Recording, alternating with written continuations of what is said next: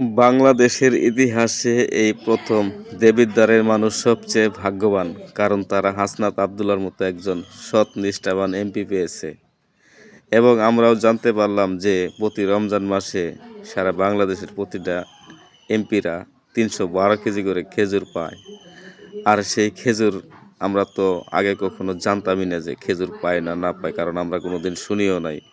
এটা হাসনাত আবদুল্লাহর মাধ্যমেই আমরা শুনতে পারলাম। এখন আমার কথা হচ্ছে, কে কতটুকু খেজুর পেয়েছে বা না পেয়েছে সেটাও বিষয় না, বিষয় হচ্ছে ঢাকা ৮ আসনের মির্জা আব্বাস, উনি যদি খেজুর সরকারিভাবে না পেয়েও থাকে, তবুও তাকে খেজুর বন্টন করতে হবে, নিজের পকেটের টাকা দিয়ে হলেও খেজুর কিনতে হবে। কারণ ওখানে নাসিরউদ্দিন পাটোয়ারি আছে।